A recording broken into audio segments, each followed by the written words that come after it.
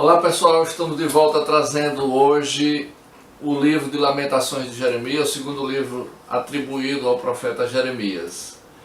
Eu diria atribuído ao profeta Jeremias porque, de fato, ele não assume essa autoria. É uma autoria de fato atribuída porque o livro de Lamentações é uma coleção das lamentações do povo que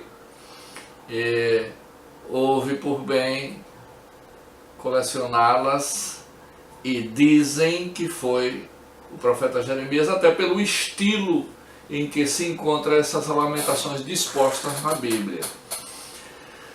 Então a autoria é uma autoria atribuída à tradição. A tradição, como nós já estudamos, é algo que o povo convencionou e que passou de geração para geração, como se aquela verdade estivesse estabelecida, mas nada comprovado documentalmente, de forma científica e histórica. O tema que o livro de Lamentações de Jeremias fala é lamentando a queda de Jerusalém. Ele traz, inclusive, como uma lição para nós, povo de Deus, que nós devemos fazer análise dos nossos defeitos, das consequências que nós passamos na vida e que nos levou a algum desastre, a alguma situação desastrosa ou de ruína. E essas lamentações fazem-nos ter resposta do porquê chegamos ali. É interessante que o livro, tratando desse tema, não foi só um registro histórico. Como nenhum livro da Bíblia se trata de história, mas de dar lições para o povo daquela época e das épocas vindouras. Ele contém 5 poemas que correspondem à divisão dos capítulos.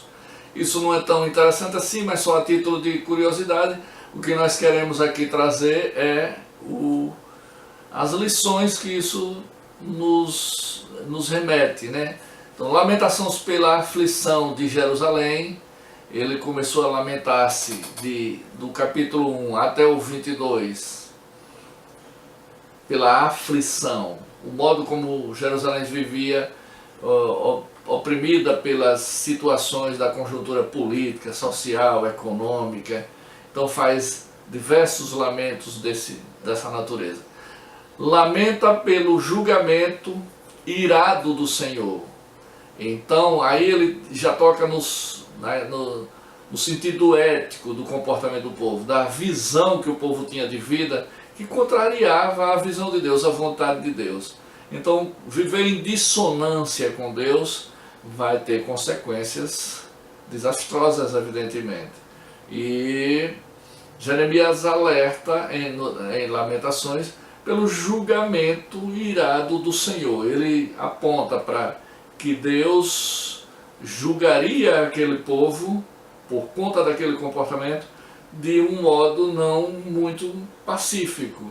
Ele estaria contrariado por não ver aquele povo chamado seu agindo de uma forma muito mais em sintonia com ele. Confiança em meio à desgraça é o terceiro poema. E está lá no capítulo 3, começa no capítulo 3, de 1 a 66.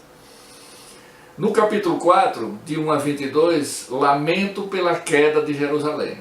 Aí ele entra no tema principal do nosso livro. E oração pela restauração, 5, de 1 a 22. Então a estrutura do livro é essa. E pela estrutura nós vemos então de que realmente o profeta se ocupa naquelas lamentações. Propósito e teologia. Reconhecimento de que o pecado de Judá era a causa de sua queda e da destruição do templo. Então era preciso que se demonstrasse através das ações do povo e das ações de Deus em contrapartida à ação do povo, que Deus agia daquela forma, julgava daquela maneira, não sem razão, mas baseado no pecado de Judá. Então, se havia pecado, teria que ter um julgamento duro contra aquele povo. Se havia arrependimento e vida em consonância com Deus, é evidente que a paz reinaria. Não era o caso. Por isso que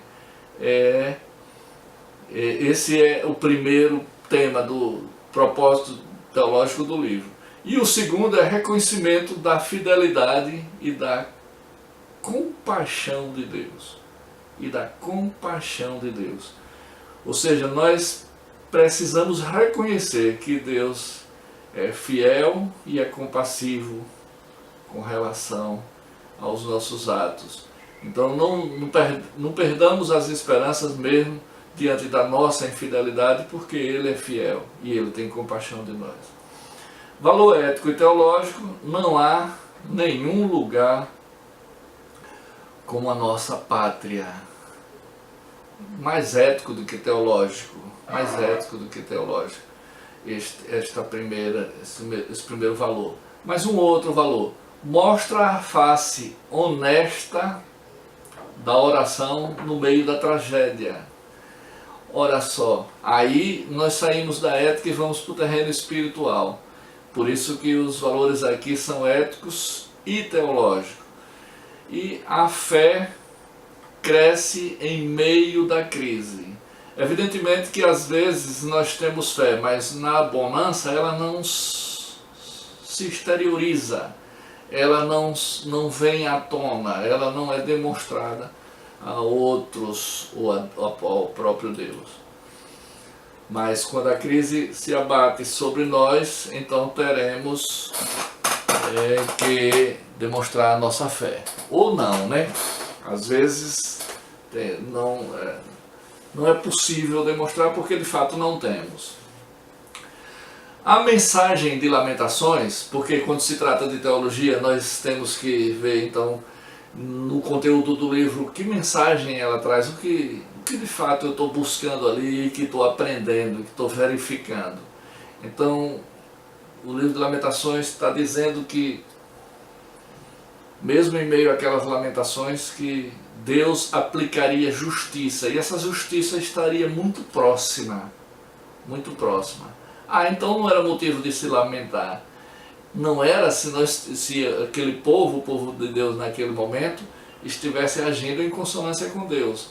Mas como era exatamente o oposto, era algo desesperador, era algo de se lamentar realmente. Como lidar com o sofrimento? Então isso está dividido em 4 tópicos interessantíssimos. Esse primeiro, como lidar com o sofrimento.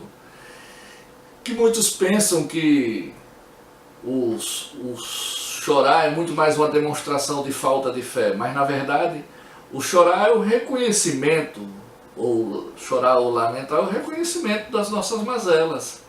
Se nós reconhecemos que estamos perdidos, então temos que chorar e temos que buscar nos achar, nos encontrar, para que paremos de nos lamentar.